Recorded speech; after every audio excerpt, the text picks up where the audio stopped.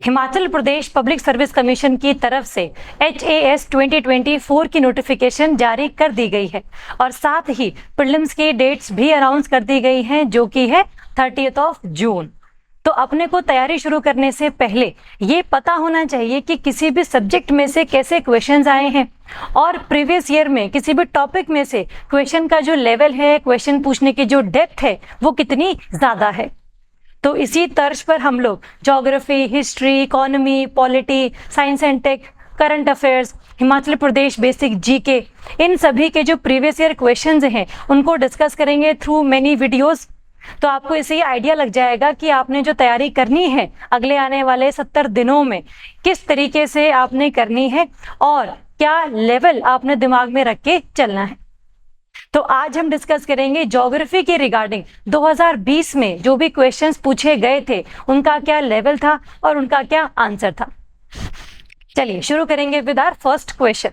First question है, shifting cultivation in Jharkhand state is known as. अब question देखो, हमने सिर्फ क्वेश्चन नहीं देखना, हमने देखना है कि ये जो बेसिक क्वेश्चन आया है इसके पीछे का जो टॉपिक है उसमें से क्वेश्चन भी तो अगली बार आ सकता है कि आज झारखंड का पूछ लिया, ओके, कल को अगर उड़ीसा का पूछ लिया, तो कल को अगर वेस्टर्न घाट्स में शिफ्टिंग कल्टीवेशन को क्या बोलते हैं ये पूछ लिया, तो सिर्फ ये क्वेश्चंस आपको एक अंदाजा लगाने के लिए है कि हाँ ये टॉपिक्स जो हैं ये इंपॉर्टेंट है। तो अगर आप इस क्वेश्चन की बात करोगे तो इसमें कॉमन एक ऑप्शन दिया हुआ है जो कि उड़ीसा में हम बोलते हैं शिफ्टिंग कल्टीवेशन को खिल। खिल is known in Himalayan belt as a shifting cultivation practice. Kurua is known as the shifting cultivation practice in Jharkhand. So this would be the correct answer. And on the other hand, Kumari is known as shifting cultivation practices in Western Ghats area.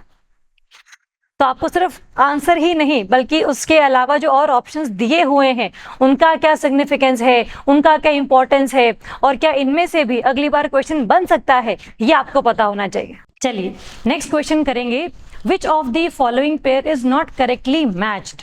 कि 4 pairs दिए हुए हैं, बताओ कौन सा सही matched नहीं है। First is Kosi river. Kosi river is consequent river. Consequent river वो होती हैं जो कि विद द स्लोप फ्लो करती हैं। ऐसा नहीं होता है कि स्लोप तो है इस साइड और रिवर फ्लो कर रही है इसकी ऑपोजिट डायरेक्शन में, ऐसा नहीं होगा। तो Kosi is a consequent river which is a tributary of Ganga. Second, Narmada rift valley. देखो नर्मदा इज अ रिवर और नर्मदा रिवर फ्लो करती है रिफ्ट वैली में से, जिसमें ऊपर है आपके विंध्यास माउंटेन्स और नीचे सतपुरा माउंटेन्स। इसके बीच की जो रिफ्ट वैली है इसमें से फ्लो करेगी नर्मदा रिवर। तो Narmada is not the name of rift valley, it is the name of river which flows through the rift valley। ये बड़ा ध्यान से समझने वाला क्वेश्चन था। थर्ड स्टेटमेंट है सतलुज एंटीसीडेंट रिवर्स। ये रिवर्स वो होती हैं जो कि हिमालय की प्रेजेंस से पहले ही एग्जिस्ट कर रही होती थी, कि हिमालय तो बाद में बने हैं, ये रिवर्स पहले से ही फ्लो कर रही हैं। तो ये सतलुज, इंडस, गंगा, ब्रह्मपुत्रा, तीस्ता, ये सब जो रिवर्स हैं these are called antecedent rivers, जो कि हिमालय से पहले ही बनी हुई हैं। Fourth is Ghaggar river. Ghaggar river is endorheic river. Endorheic river वो रिवर होती है जो कि ओशन से मीट नहीं करती है। फॉर एग्जाम्पल जो गंगा है it is not an endorheic river, क्योंकि अल्टीमेटली बे ऑफ बंगाल में जाकर पानी ड्रेन करना है गंगा रिवर ने। Same case for Brahmaputra, same case for Indus. But जो घग्गर रिवर है वो इनलैंड ड्रेनेज में ही फ्लो करती है और ओशन या किसी भी मेजर सी में जाकर ये पानी ड्रेन नहीं करती। तो ये भी करेक्टली मैच्ड है। इन चारों में से जो इनकरेक्टली मैच्ड है that is Narmada rift valley, it is a river.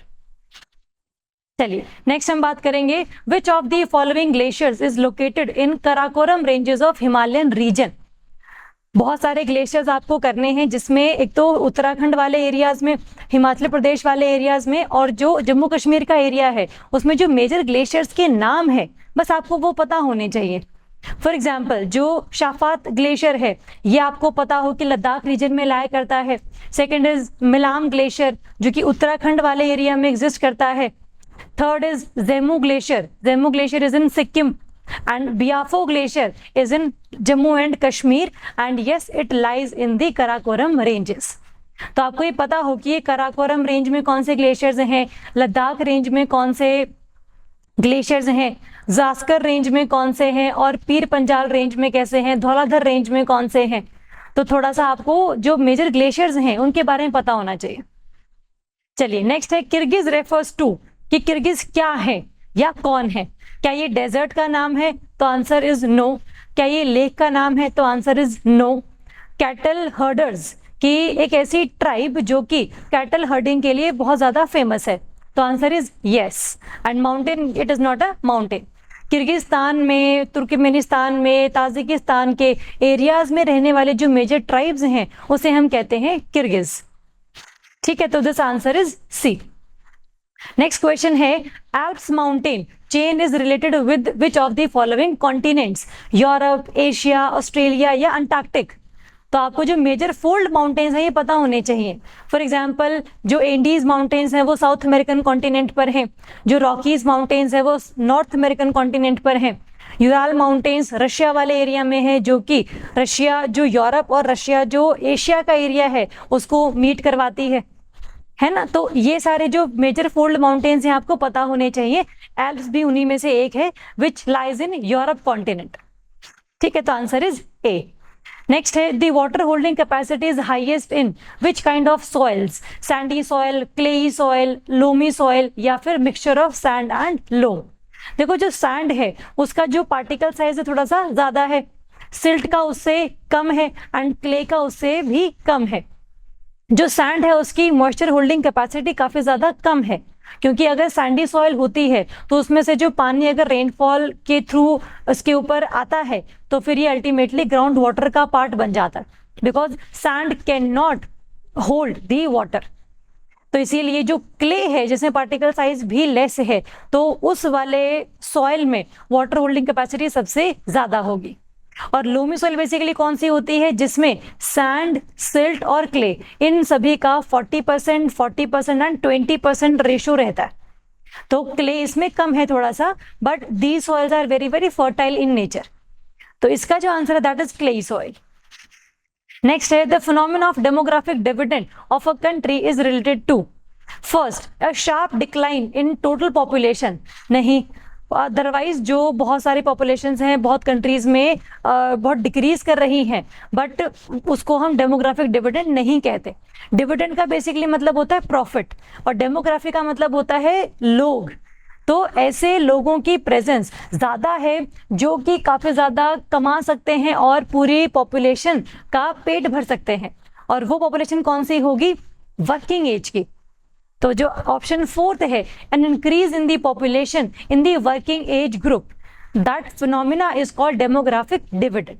कि हमारी जो इंडिपेंडेंट पॉपुलेशन है वो तो ज्यादा है, लेकिन जो डिपेंडेंट है फॉर एग्जांपल चिल्ड्रन और ओल्ड एज वो कम है। तो हम लोग अभी एज इंडिया बहुत ज्यादा उस स्टेज पर हैं जहां पर वी आर डेमोग्राफिक डिविडेंड की स्टेज पर, बशर्ते हम इसमें लोगों को जो एम्प्लॉयमेंट अपॉर्चुनिटीज हैं वो प्रोवाइड कर दें। चलिए इसका आंसर है डी। नेक्स्ट बात करेंगे, दो स्टेटमेंट्स दी होंगी, बतानी है कि कौन सी सही है कौन सी गलत है इन चार ऑप्शंस में से। पहला स्टेटमेंट है Quepem and Canacona are chief bauxite deposits area in Goa. सबसे पहली बात तो इसमें दो चीजें हैं कि क्या ये जो दोनों एरियाज हैं ये गोवा में ही हैं, और अगर गोवा में हैं तो क्या ये बॉक्साइट डिपॉजिट्स के लिए फेमस है।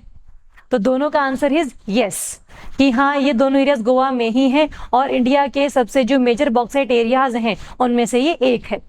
इंडिया में उड़ीसा वाला जो एरिया है वो सबसे ज्यादा बॉक्साइट प्रोड्यूस करता है, लेकिन इसका मतलब ये नहीं है कि बाकी और किसी स्टेट में बॉक्साइट नहीं होता। तो फर्स्ट इज करेक्ट स्टेटमेंट।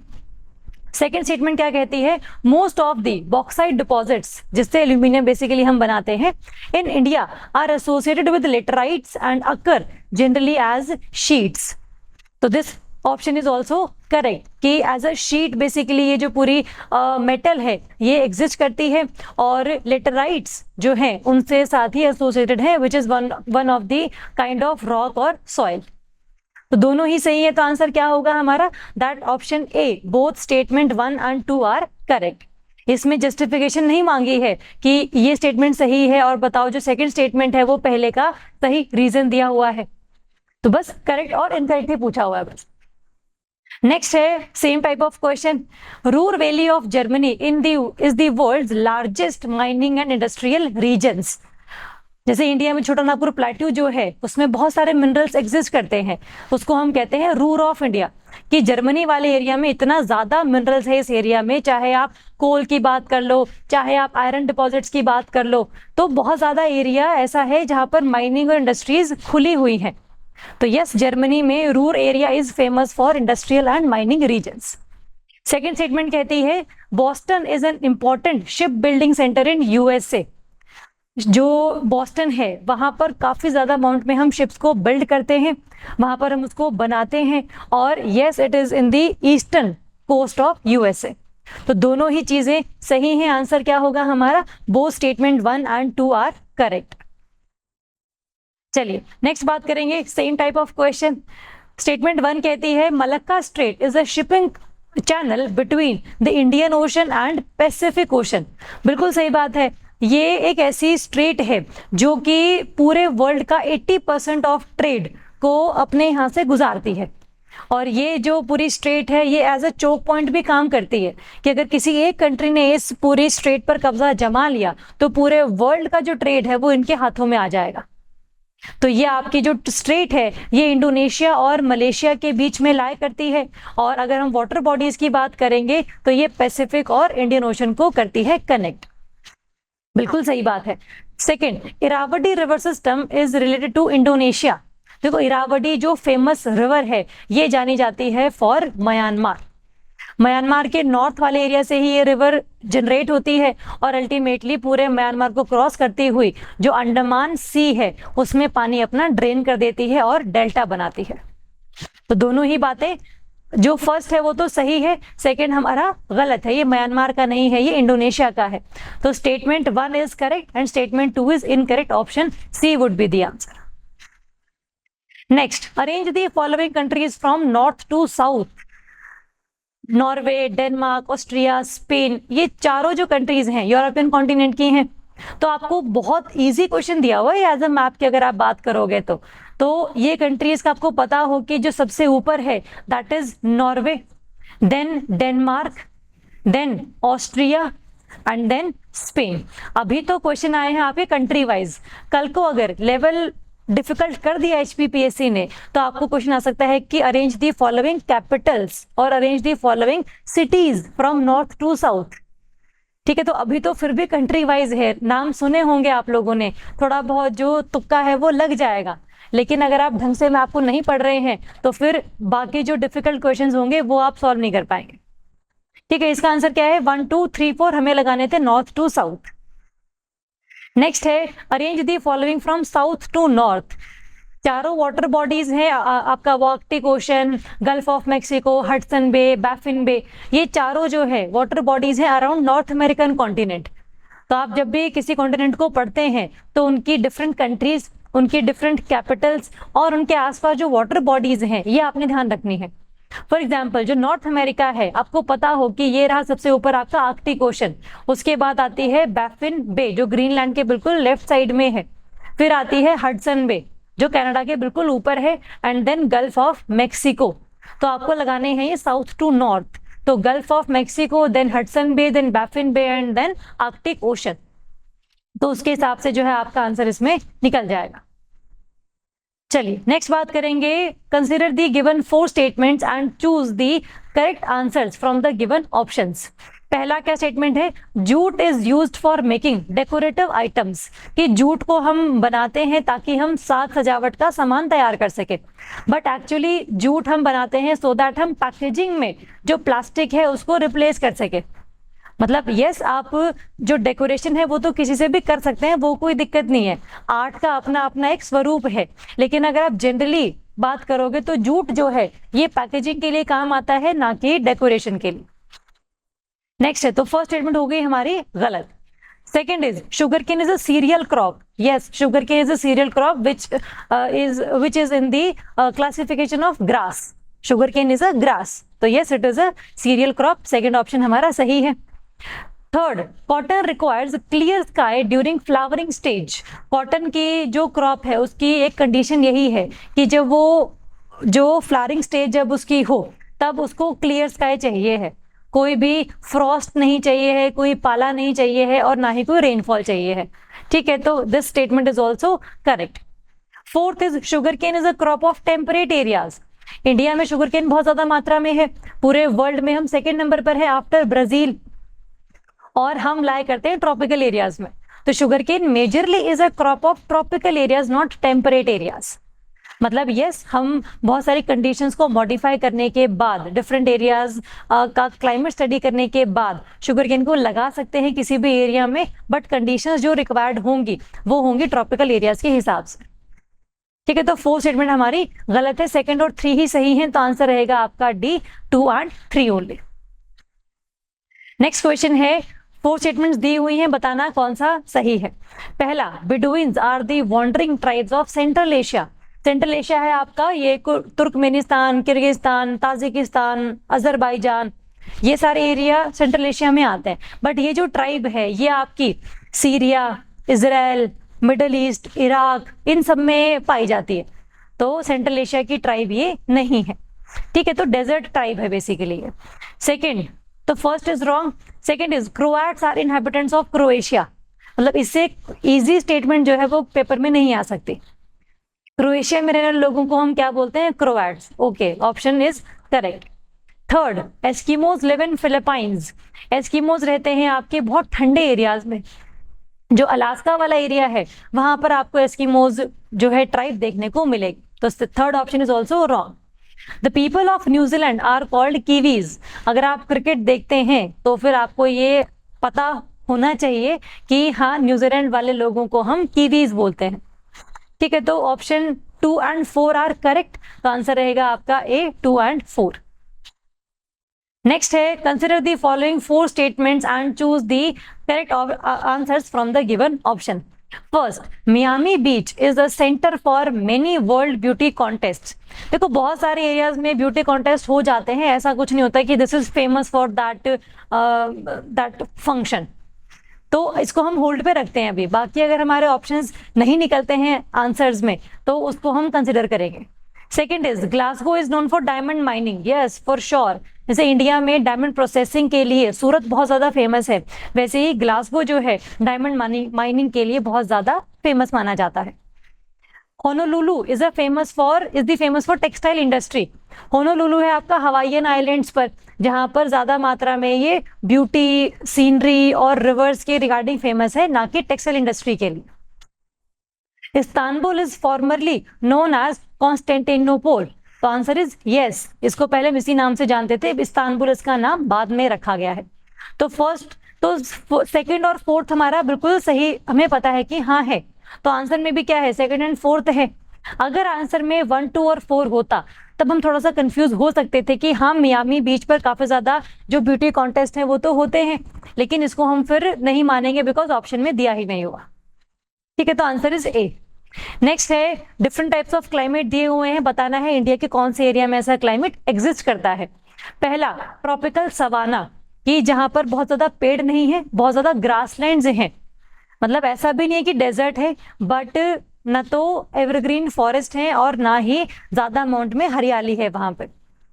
इन चारों में से अगर आप देखोगे, कोरोमंडल कोस्ट ऑफ तमिलनाडु, यहाँ पर हम देखते हैं कि मॉनसून के टाइम पर बारिश नहीं होती है, बट जो विंटर मॉनसून है, नॉर्थ ईस्ट मॉनसून जो है, उस टाइम पर बारिश हो जाती है। तो बारिश की इतनी दिक्कत है नहीं, और बारिश ही चाहिए होता है वेजिटेशन के लिए, और यहाँ पर इसीलिए सवाना टाइप ऑफ क्लाइमेट नहीं होगा। यहाँ पर कौन सा देखने को मिलेगा? मॉनसून विद ड्राई समर, क्योंकि साउथ वेस्ट मॉनसून आता है समर में, जो कि बारिश नहीं करता है यहाँ पर, यहाँ बारिश करेगा नॉर्थ ईस्ट मॉनसून। तो ट्रॉपिकल सवाना आपका मिलेगा आपको most of the peninsular plateaus पर, जहां पर ज्यादा अमाउंट में बारिश नहीं होती है। तो ए का जो है 2 है, तो मतलब एक ऑप्शन हमारा चला गया, एंड डी का इज 1। इससे हमारे ये 2 ऑप्शन चले गए, तो रह गया हमारे पास सिर्फ एक बी ऑप्शन। इसका मतलब जो पोलर टाइप है ये आपको मिलेगा जम्मू एंड कश्मीर में, एंड डेजर्ट मिलेगा आपको कहाँ पर? वेस्टर्न राजस्थान में, थार वाले एरिया में। ठीक है, तो आपके पास क्लाइमेट के क्वेश्चन आए हैं, आपके पास सॉइल के क्वेश्चन आए हैं, आपके पास मिनरल्स के क्वेश्चन आए हैं, इंडस्ट्रीज के क्वेश्चन आए हैं। तो ये सारे जो चीजें हैं ये आपको पता हो ताकि जब आप तैयारी करें तो आपने ज्योग्राफी के कौन से पोर्शन पर ज्यादा ध्यान देना है, इससे आपको हल्का उसका आइडिया हो जाएगा कि क्या हमें जियोमॉर्फोलॉजी ज्यादा पढ़नी है, या हमें इंडियन ज्योग्राफी ज्यादा पढ़नी है, या फिर हमें ह्यूमन ज्योग्राफी ज्यादा पढ़नी है। तो उससे आपको आइडिया लग जाएगा। आप इसको देखिए। और 15 अप्रैल से CBL की तरफ से भी एक कोर्स लॉन्च किया जा रहा है फॉर प्रिपरेशन ऑफ HPAS 2024। आपको कोई भी अगर क्वेरी है इस कोर्स के रिगार्डिंग या प्रिपरेशन के रिगार्डिंग, आपको कोई गाइडेंस चाहिए है, तो आप हमें कॉन्टैक्ट कर सकते हैं। Thank you so much and all the very best.